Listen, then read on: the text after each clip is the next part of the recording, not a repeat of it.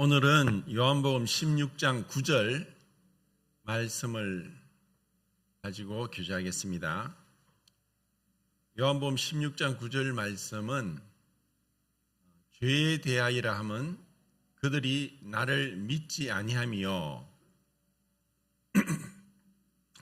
이 한 구절을 가지고 신앙과 불신앙 사이에서라는 제목으로 교제하겠습니다. 죄에 대해서는 예수님을 믿지 않는 것이 죄다라고 예수님이 딱 단정 지었습니다. 우리는 이 말씀을 가지고 잘못 오해할 수가 있는데,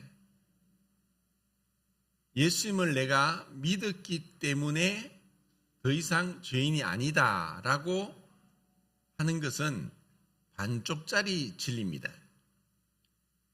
예수님을 믿는다는 것은 요한복음에서 이 믿음이 명사로 나오지 않고 98번을 동사로 나온다고 했습니다.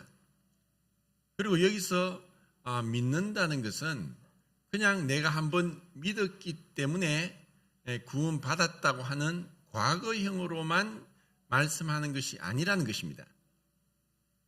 그래서 계속해서 믿는 현재 진행형인 것을 얘기합니다.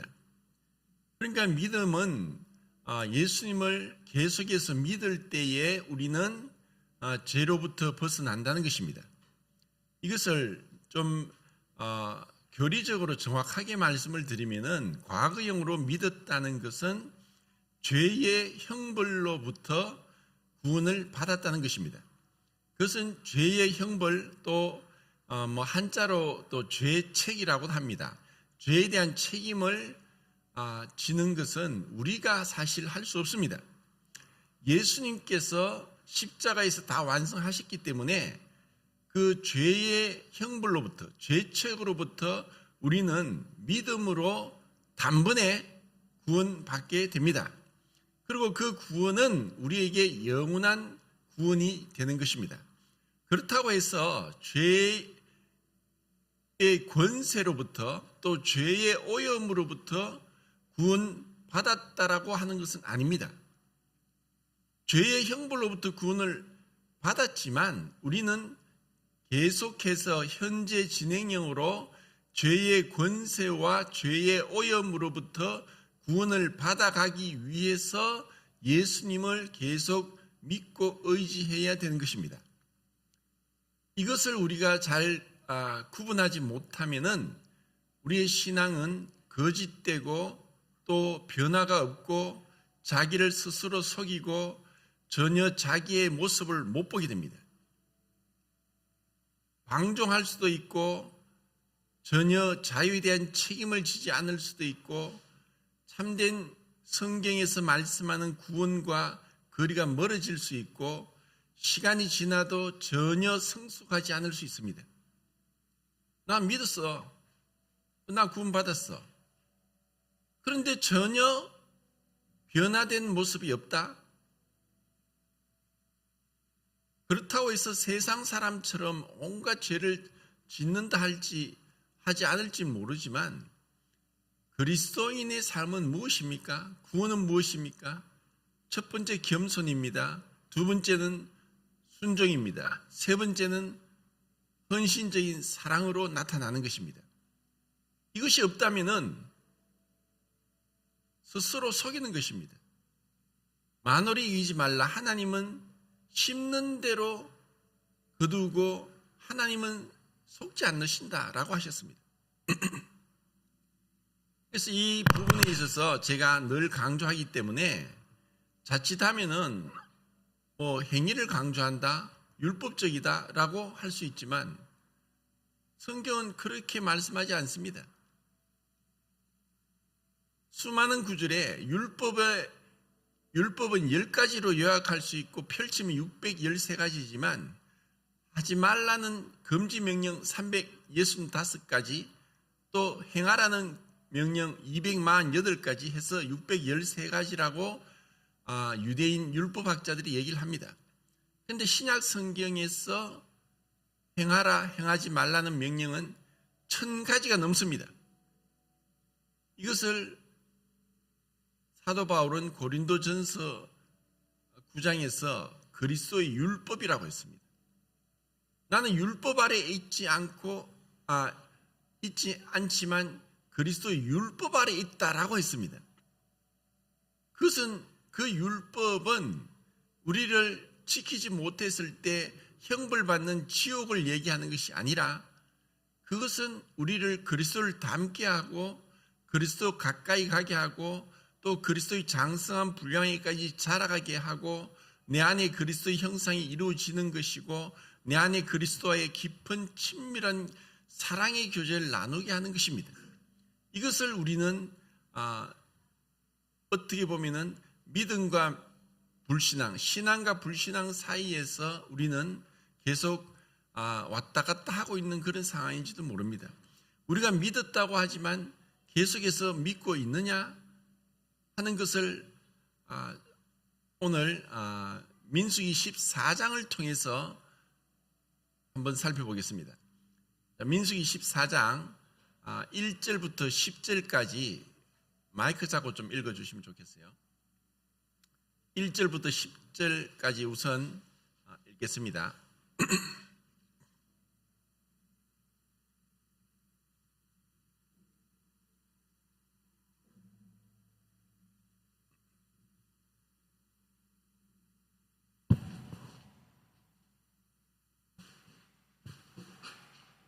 시작.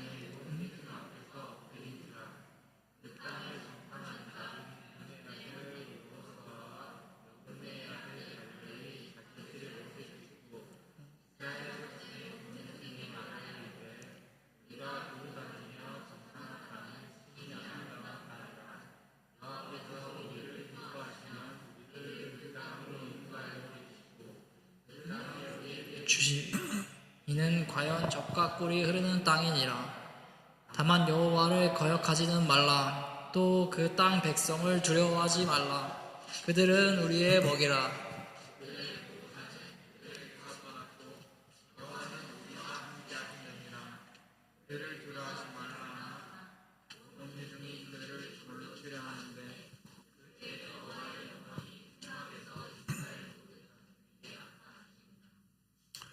예, 지금 사건은 이스라엘 백성이 출애굽을 하고 나서 지금까지 거의 한 10번을 또 하나님께 범죄한 그런 가운데 있었는데 가데스 바네아라는 곳에까지 왔어요.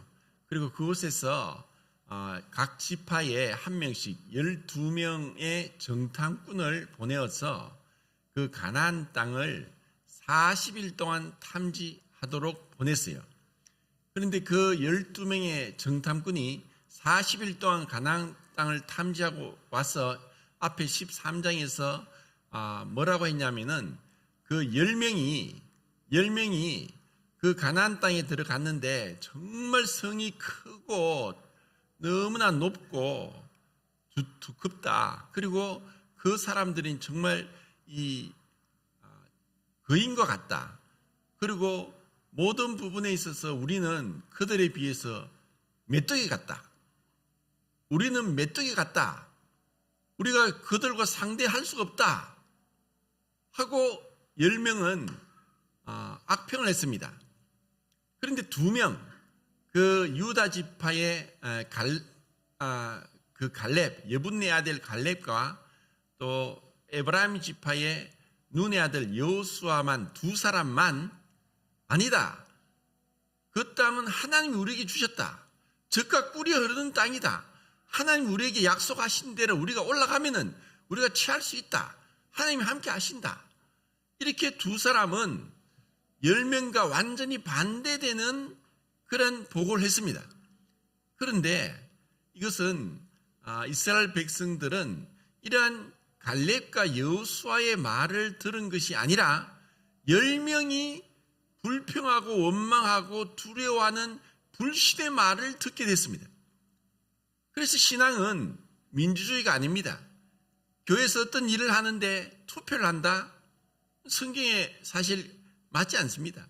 분명 구약시대나 초대 교회 사도행전에서 제비 뽑는 게 있었지만 제비 뽑는 것은 우연하게 어떤 확률의 법칙으로 나와서 뽑는 것이 아니라 제비를 뽑을 때 하나님께서 간섭하셔서 하나님의 방법을 찾는 하나님의 뜻을 구하는 방법이었지 그것은 우연히 확률적으로 얻는 그런 것이 아니었습니다.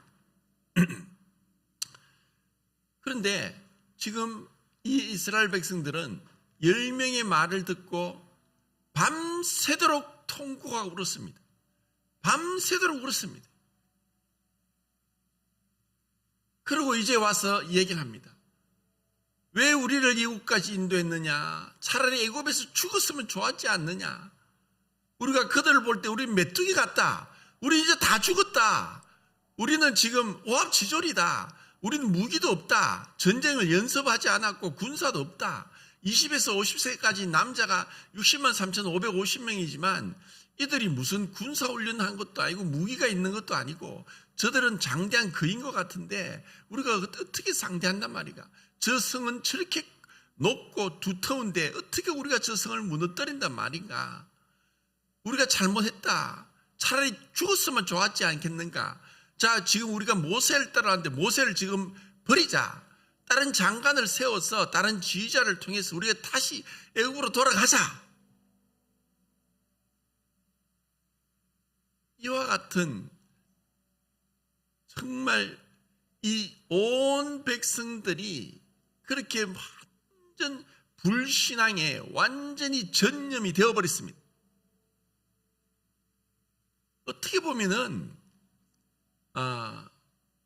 자, 지금 이들은 어떤 자들이냐 하면은 모형적으로는 정확하게 우리 그리스도인을 상징합니다. 왜냐? 그들이 구원받은 것은 애굽에서 그들의 힘으로 구원받은 게 절대로 아닙니다.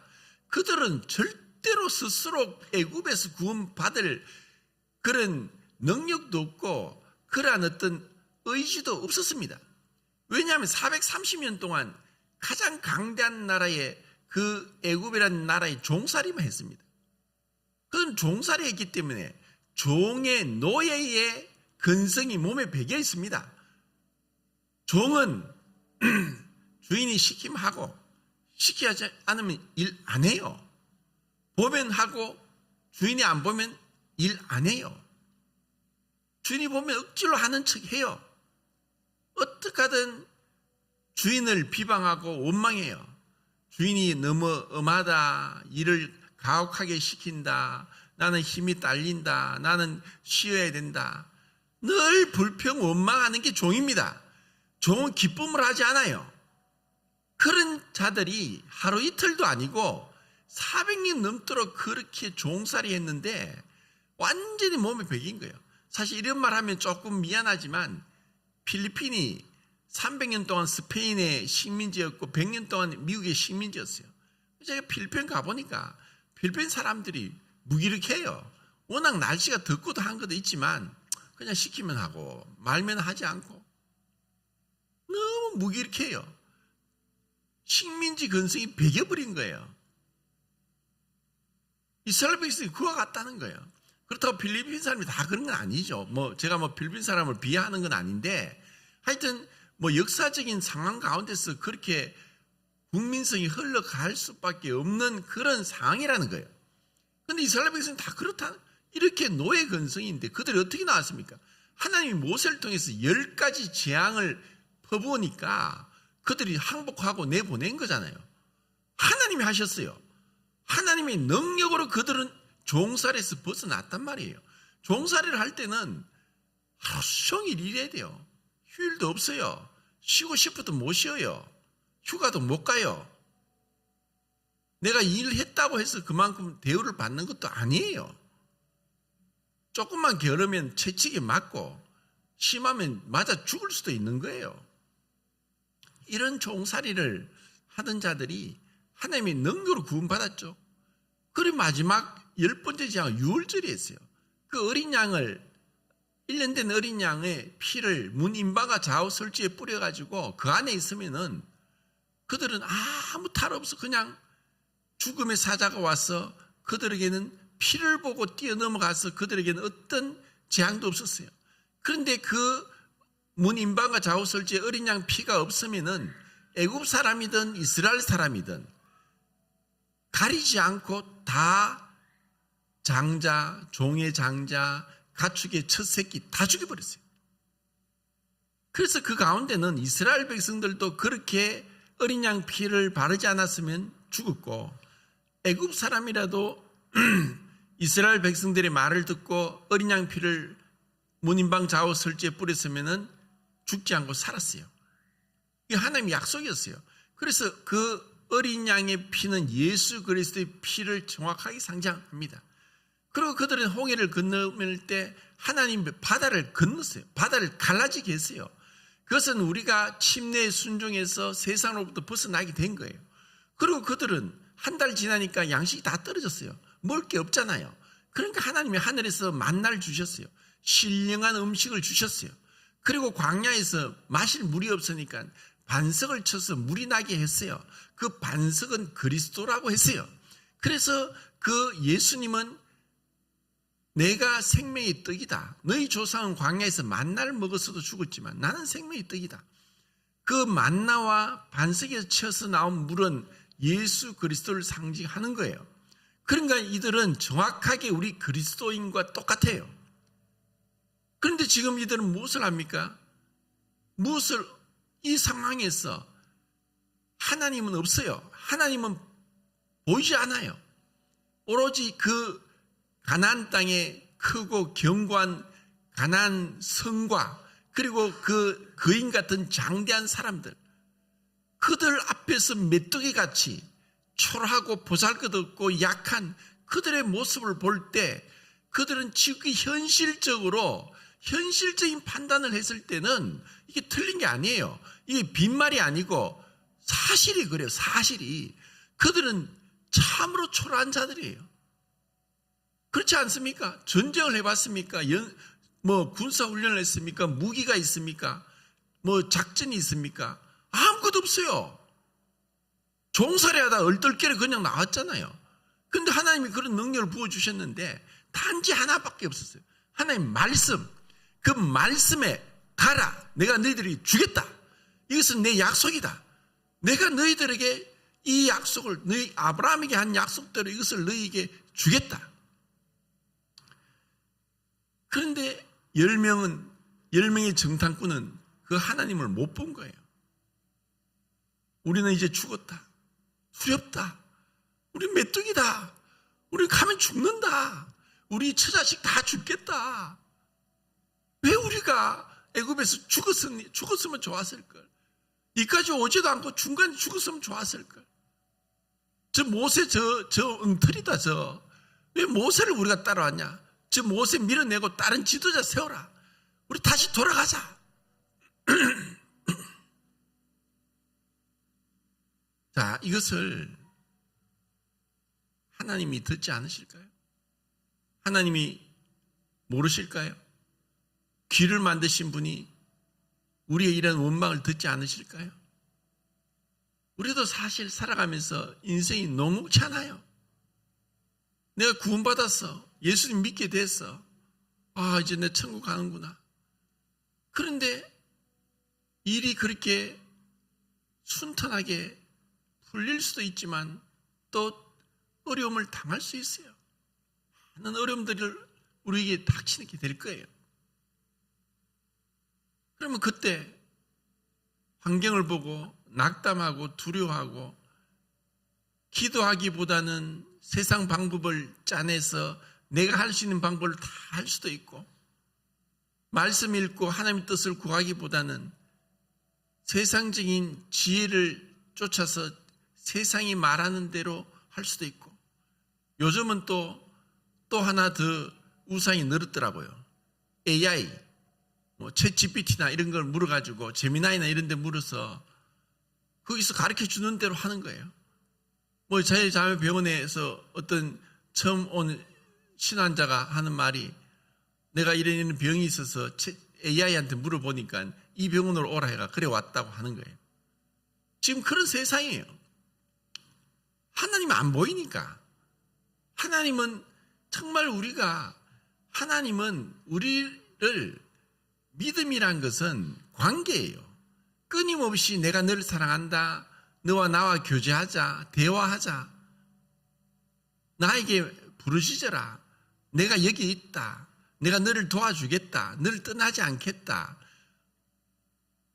어떤 일들 가운데서 정말 그 하나님의 살아계시고, 하나님이 우리를 사랑하시고 우리를 지켜 보호하시고 또 우리를 구원하시는, 계속해서 죄로부터 구원하시고 세상으로부터 구원하시고 또 우리의 불신으로부터 우리를 구원하시고, 우리를 그 하나님의 영광스러운 은혜의 보좌 앞으로 이끄셔서 그 안에서 평강과 기쁨과 또 안식을 누리게 하는 것이 하나님의 뜻인 거예요. 하나님 우리를 구원하셨는데 그걸 모를까요? 우리를 구원하시고 모든 걸 다 그냥 다 주신다. 그럼 우리는 나태해질 뿐 아니라 무기력해지고 무능력해지고, 우리는 완전히 좌절에 빠져요. 모든 게 문제가 없는데, 모든 게 다 문제가 없이 그냥 되어버리면은 우리는 참된 기쁨도 없고 안식도 못 누리게 돼요. 자, 이런 어려움을 당할 때 문제만 보면은 그 문제를 인해서 우리는 좌절합니다. 그런데 여호수아와 갈렙과 같이 그 문제 넘어서 하나님을 바라보면은 현실은 그렇다. 그렇지만 보이지 않는 하나님을 보이는 것까지 붙잡는 것이 믿음인 거예요. 죄에 대하여 하면 그들이 나를 믿지 않냐며. 뭐가 죄입니까? 지금 이 상황에서 이스라엘 백성들이 신분적으로는 구원받은 의인이에요. 그런데 지금 그들은 그 가나안 땅을 40일 동안 탐지한 것도 어쩌면은 불신해서 왔지만 하나님이 허용했어요.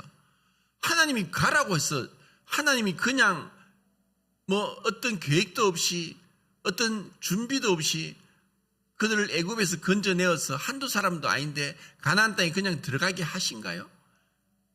그들이 구태여 12명의 정탐꾼을 선택해서 그들이 40일 동안이나 그걸 다 탐지하게 할 정도로 어쩌면 그때부터 하나님을 불신해요. 믿지 못하니까 내가 직접 눈으로 봐야 되겠다. 내가 보는 눈, 내가 판단하는 그 생각, 것들이 얼마나 믿음에서 떠나고 말씀에서 떠날 수도 있다는 거예요. 우리는 이 땅에서 구원받고 살아가면서도 정말 삶이 하나님이 원하는 믿음의 삶을 살 수도 있지만, 껍데기는 그리스도인 같지만 그 속에는 세상 사람과 전혀 다르지 않게 세상 방식대로 세상에 있는 추구하는 것을 쫓아서 살아갈 수도 있다는 거예요.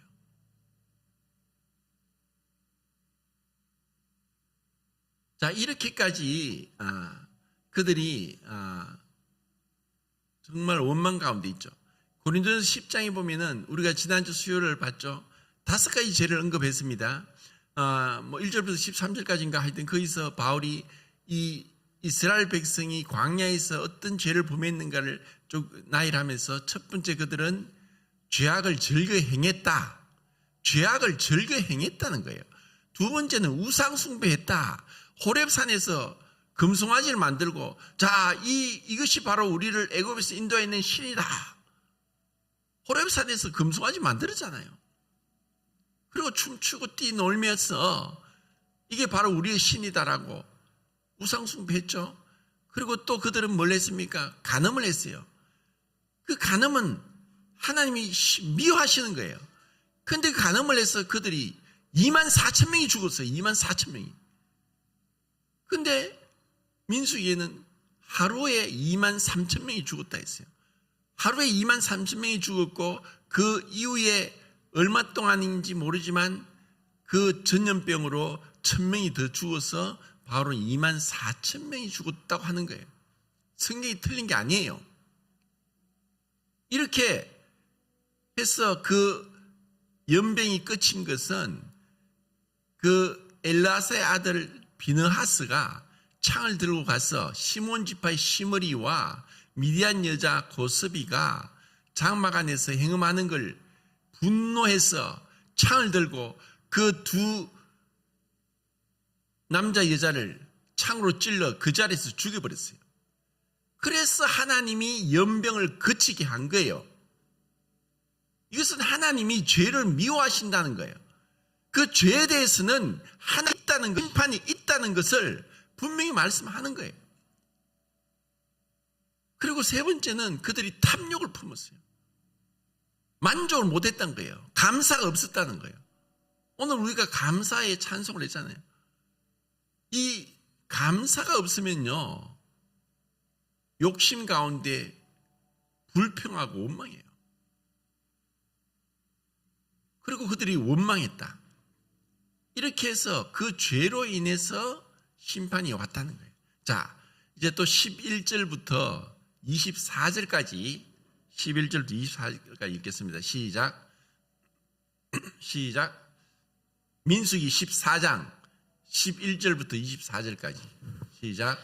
여호와께서 모세에게 이르시되 이 백성이 어느 때까지 나를 멸시하겠느냐. 내가 그들 중에 많은 이적을 행하였으나 어느 때까지 나를 믿지 않겠느냐. 전염병으로 그들을 쳐서 멸하고 내게 그들보다 크고 강한 나라를 이루게 하리라. 24절까지. 모세가 여호와께 여짜오되 애굽인 중에서 주의 능력으로 이 백성을 인도하여 내셨거늘 그리하시면 그들이 듣고 이 땅 거주민에게 전하리이다. 주 여호와께서 이 백성 중에 계심을 그들도 들었으니 곧 주 여호와께서 대면하여 보이시며 주의 구름이 그들 위에 섰으며 주께서 낮에는 구름 기둥 가운데서 밤에는 불 기둥 가운데서 그들 앞에 행하시는 것이니이다. 이제 주께서 이 백성을 하나같이 죽이시면 주의 명성을 들은 여러 나라가 말하여 이르기를 여호와가 이 백성에게 주기로 맹세한 땅에 인도할 능력이 없었으므로 광야에서 죽였다 하리이다. 이제 구하옵나니 이미 말씀하신 대로 주의 큰 권능을 나타내옵소서. 여호와는 노하기를 더디하시고 인자가 많아 죄악과 허물을 사하시나 형벌 받을 자는 결단코 사하지 아니하시고 아버지의 죄악을 자식에게 갚아 3, 4대까지 이르게 하리라 하셨나이다. 구하옵나니 주의 인자의 광대하심을 따라 이 백성의 죄악을 사하시되 애굽에서부터 지금까지 이 백성을 사하신 것 같이 사하시옵소서. 여호와께서 이르시되 내가 내 말대로 사하노라. 그러나 진실로 내가 살아있는 것과 여호와의 영광이 온 세계에 충만할 것을 두고 맹세하노니 내 영광과 애굽과 광야에서 행한 내 이적을 보고서도 이같이 10번이나 나를 시험하고 내 목소리를 청종하지 아니한 그 사람들은 내가 그들의 조상들에게 맹세한 땅을 결단코 또 나를 멸시하는 사람은 한 사람도 그것을 보지 못하리라. 그러나 내 종 갈렙은 그 마음이 그들과 달라서 나를 온전히 따랐은즉 그가 갔던 땅으로 내가 그를 인도하여 드리니 그의 자손이 그 땅을 차지하리라. 예.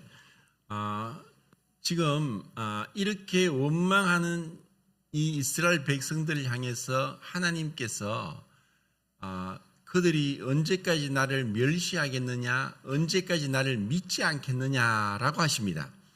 그래서 하나님은 이 믿음이란 것은 그들이 은혜 가운데 애굽에서 구원받았고 또 하나님의 놀라운 기적들을 체험했지만 이제 이와 같은 가나안 땅에 들어가는 데 있어서 현실을 보지 않고 믿음으로 말씀을 의지해서 가지 않는다면은 이 이스라엘 백성들처럼 원망할 수 있다는 거예요. 우리도 충분히 그럴 수 있어요. 우리가 믿음이란 보이지 않는 하나님을 붙잡고 현실에서 죽을 것 같은 상황 속에서도 기도하고 말씀을 붙잡고 묵상하고 주님께 간구하고 나간다면은 하나님이 듣지 않으실까요? 외면하실까요? 무시할까요? 전혀 안 그래요. 하나님이 우리를 돌아보시면서 우리를 연단하시면서 우리에게 피할 길을 주시고 믿음을 주시는 거예요. 그런데 지금 여기서 놀라운 말씀 하시는 거예요. 뭐냐? 모세가 생각할 때, 야, 진짜 저들이 나를 반역하네. 내가 지금 그들의 인도자인데 나를 밀쳐버리고 다른 지도자를 세우려고 하네. 이것은 무시당하는 거예요. 무시당하는 것보다 더 비참한 건 없어요. 그런데 하나님이 말씀하시죠. 그래, 내가 이들을 다 진멸하겠다.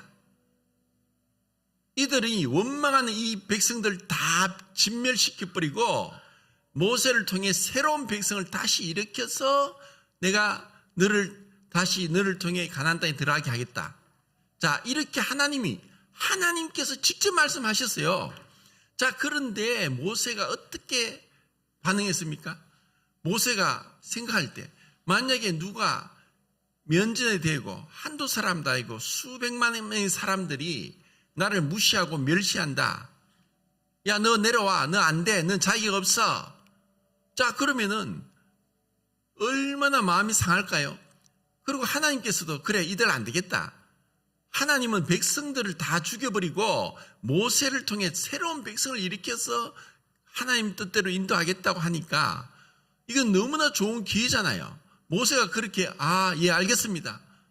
하나님, 저도 사실 이 백성들 질립니다. 질렸어요. 그래서 하나님 뜻대로 하십시오. 라고 했을까요? 모세가 뭘 했습니까? 하나님, 그렇게 하지 마십시오. 그러면 하나님께서 이들을 애굽에서 인도하여 냈는데 이들 다 죽여버리면은 하나님이 능력이 없어서 그들 다 죽였다고 또 이방인들이 그렇게 하나님에게 오히려 해방하지 않겠습니까? 그리고 하나님은 은혜로우시고 노하기를 더디하신다고 하지 않습니까? 그렇지만 형벌 받을 자는 용서치 않고 3, 4대까지 보응한다고 하시지 않습니까? 그러니까 하나님 그들을 용서해 주십시오. 자, 여기서 놀라운 그 모세의 중보 기도가 나오는 거예요. 이것이 바로 모세가 동일한 그 조건 속에 있으면서도 원망하고 불평하고 죄를 범치 않고 오히려 그리스도를 바라본 거예요. 그리스도의 마음을 갖게 된 거고 주님이 정말 이것을 원하시고 기뻐하시는 거예요. 저가 나를 죽이려고 한다. 세상 사람은 왜 죽어? 니도 같이 싸워. 왜 바보같이 맞아? 왼편을 맞아서 그럼 너는 머리를 때려. 한 대 맞으면 10대 때려. 이게 세상이란 거예요. 근데 모세는 그렇지 않았다는 거예요. 하나님 우리에게 뭘 가르치기를 원하시는가? 그리스도를 본받게 하는 거예요. 그리스도의 발자취를 따라가게 하는 거예요. 예수님이 행하신 그 길을 따라가도록 하는 거예요. 그리고 이것이 바로 예수님과의 믿음의 관계에서 나타난 사랑의 모습이에요. 그 사랑은 뭐냐? 상대방을 생각하고 그 상대방을 더 기쁘게 하는 거죠. 왜 사람이 죄에 빠지느냐? 내 문제만 빠져. 내 문제, 자기 중심성에서 못 벗어나. 내가 괴롭고 내가 힘들고 내가 이런 엄청난 이런 중압감을 가지고 있고 사람들이 다 나를 무시하고 사람들이 나를 대적하는 것 같고 내 편은 없는 것 같고 그러면서 이 죄가 드러나는 거예요. 모세는 자기가 지금 어떻게 속된 말로 팽당할 수 있어요. 그런데 모세는 내가 무시당하고 내가 지도자의 자격을 잃어버리는 걸 걱정하는 것이 아니라 하나님을 걱정했어요. 사실 뭐 그렇다고 해서 하나님이 이런 모세의 걱정을 받을 정도로 유약하신 하나님은 아니죠. 그런데 모세는 만약에 하나님 이들 다 죽여버리면은 세상 사람들이 뭐라고 하겠습니까? 하나님이 애굽에서 이들을 건져냈는데 능력이 없어서 그들을 죽였다고 하지 않겠습니까? 그러면 하나님께 영광이 되지 않습니다.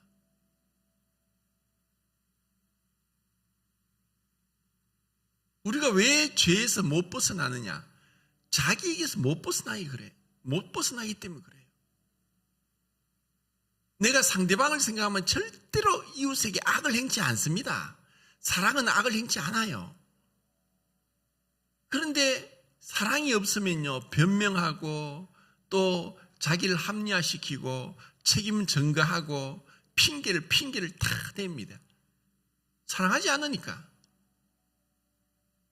사랑하면 내가 욕을 얻어먹어도 그 사랑하는 자를 위해서 내가 희생해요.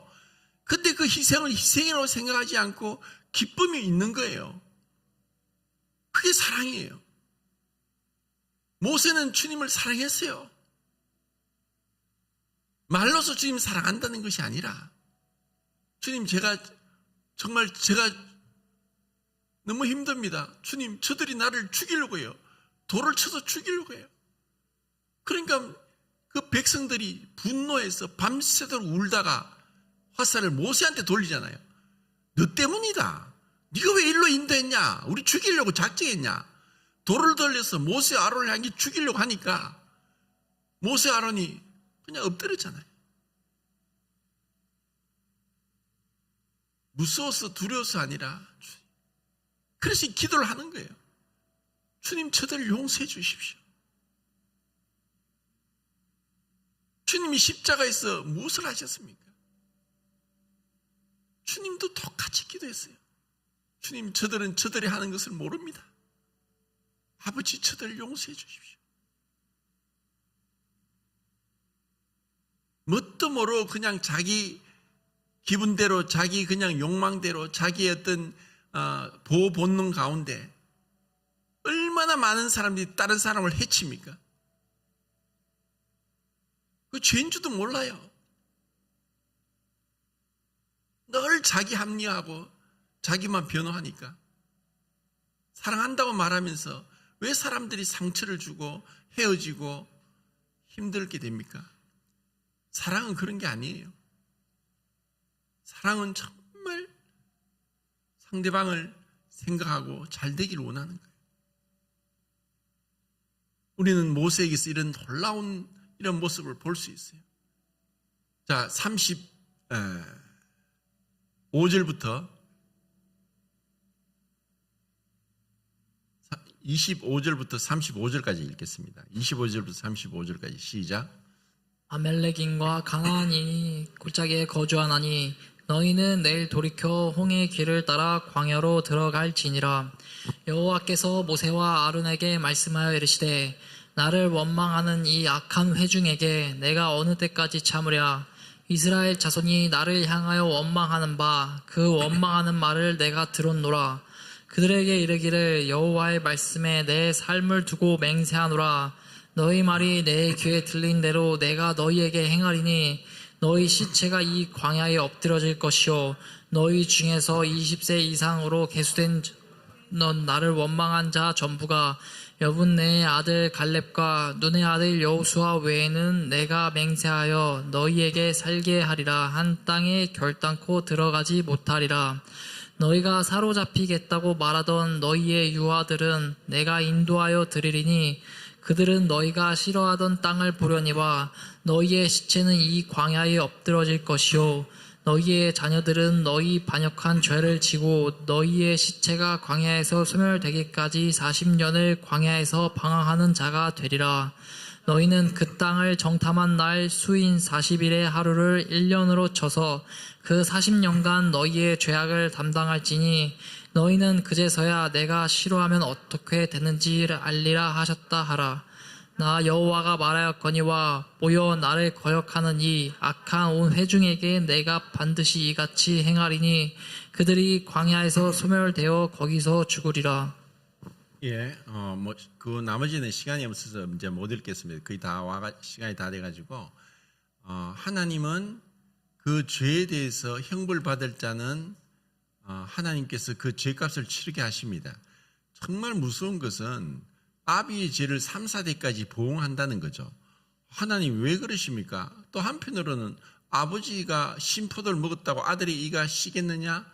각자 자기 죄악으로 심판받는다라고 에스겔서에 말씀하셨어요. 그렇지만 또 한편으로는 이 말씀은 뭐냐 하면은 믿음이 없으면은 부모가 믿는다 할지라도 불신앙적인 그러한 행동이나 그런 습관들이 자녀에게 유전될 수 있어요. 흔히 그런 게 있죠. 부모가 알코올 중독자예요. 그런데 자식은 그런 걸 보면서 나는 절대로 술 안 마시겠다고 작정해서 술을 아예 입에도 안 대는 사람도 있는 반면에 나중에 똑같이 부모처럼 알코올 중독자가 될 수도 있어요. 그런데 흔히 많은 경우에 왜 저렇게 행동하느냐? 정말 부모가 믿든 믿지 않든 그 불신앙적인 행동들이 유전도 될 수 있다는 거예요. 그러면 그 불신앙에 대해서 하나님의 그 심판은 엄중해요. 무서운 거예요. 그들이 다 광야에서 재앙으로 죽을 것이다. 재앙으로 죽었어요. 60만 3,548명이 다 죽었어요. 여호수아와 갈렙 빼고는 다 죽었다는 거예요. 하나님이 심판하세요. 그리고 어쩌면 우리가 이 땅에서 은혜 받고 축복받는 것은 믿음으로 순종하는 거예요. 주님이 그걸 원해요. 자, 시간이 다 됐으니까 여호수아서 14장을 보고 마치겠습니다. 여호수아 14장. 여호수아서 14장 6절부터 12절까지입니다. 14장 6절부터 12절까지. 시작. 그때 유다 자손이 있는 여호수아에게 나아오고 그니스 사람 여분네의 아들 갈렙이 여호수아에게 말하되 여호와께서 가데스 바네아에서 나와 당신에게 대하여 하나님의 사람 모세에게 이르신 일을 당신이 아시는 바라. 내 나이 40대에 여호와의 종 모세가 가데스 바네아에서 나를 보내어 이 땅을 정탐하게 하였으므로 내가 성실한 마음으로 그에게 보고하였고 나와 올라갔 형제들은 백성의 간담을 높게 하였으나 나는 내 하나님 여호와께 충성하였으므로 그날에 모세가 맹세하여 이르되 내가 내 하나님 여호와께 충성하였은즉 내 발로 밟는 땅은 영원히 너와 내 자손의 기업이 되리라 하였나이다. 이제 보소서 여호와께서 이 말씀을 모세에게 이르신 때로부터 이스라엘이 광야에서 방황한 이 45년 동안을 여호와께서 말씀하신 대로 나를 생존하게 하셨나이다. 오늘 내가 85세로다. 모세가 나를 보내던 날과 같이 오늘도 내가 여전히 강건하니 내 힘이 그때나 지금이나 같아서 싸움에나 출입에 감당할 수 있으니 그날에 여호와께서 말씀하신 이 삼지를 지금 내게 주소서. 당신도 그날에 들으셨거니와 그곳에서 아낙 사람이 있고 그 성읍들은 크고 견고할지라도 여호와께서 나와 함께 하시면 내가 여호와께서 말씀하신 대로 그들을 쫓아내리이다 하니. 예, 시간이 다 됐습니다. 자, 갈렙은 45년 전에 내게 말씀하신 것을 주십시오. 내 지금 85세입니다. 하나님이 내게 말씀하신 것 지금 내게 주십시오. 내가 지금 85세지만 하나님 말씀하신 것 내가 받을 수 있습니다. 자, 그 믿음은 그 수백만의 사람들이 불신하고 원망하는 가운데서도 그 하나님으로부터 믿음은 흔들리지 않습니다. 환경에 탓하지 않고 남들에게 탓하지 않습니다. 왜? 하나님과의 관계니까. 하나님의 관계니까 10명뿐 아니라 60만 3,548명이 원망하고 불신한 가운데 있어도 여호수아와 갈렙은 믿음이 조금도 흔들리지 않았어요. 비록 45년 동안 광야에서 방황하고 가나안 땅까지 왔음에도 불구하고 그는 신앙에서 분명했습니다. 이것이 하나님께서 원하시는 거예요. 우리가 환경을 봅니까? 주님을 봅니까? 신앙을 믿음으로 주님을 의지합니까? 내 약함 가운데 염려하고 두려워하고 죄를 범합니까? 하나님을 믿습니까? 하나님을 멸시합니까? 하나님을 기쁘시게 합니까? 고린도전서 10장 31절에 모든 먹든지 마시든지 하나님의 영광을 위해 하라. 하나님의 영광을 위해 하는 것은 뭐냐면 각자 자기의 유익을 구치 말고 남의 유익을 구하여서 다른 사람이 구원을 받게 해라. 하나님을 생각하는 모세처럼 모세는 자기의 어떤 이익과 자기가 당한 처지를 염려하고 두려워하고 그 좌절 가운데 빠지지 않았어요. 하나님을 생각한 거예요. 이게 하나님의 영광입니다. 우리가 그 주님을 생각하면 갈렙처럼 환경도 사람의 다수도 원망과 불평도 불신앙도 그를 흔들 수 없는 거예요. 이렇게 신앙은 아름답습니다. 담대합니다. 그리고 확실한 보장이 있습니다. 주님이 기뻐하십니다. 우리가 이런 보이지 않는 하나님을 믿음으로 붙잡고 하나님 앞에 담대하게 나가서 승리하는 삶이 되기를 정말 원합니다.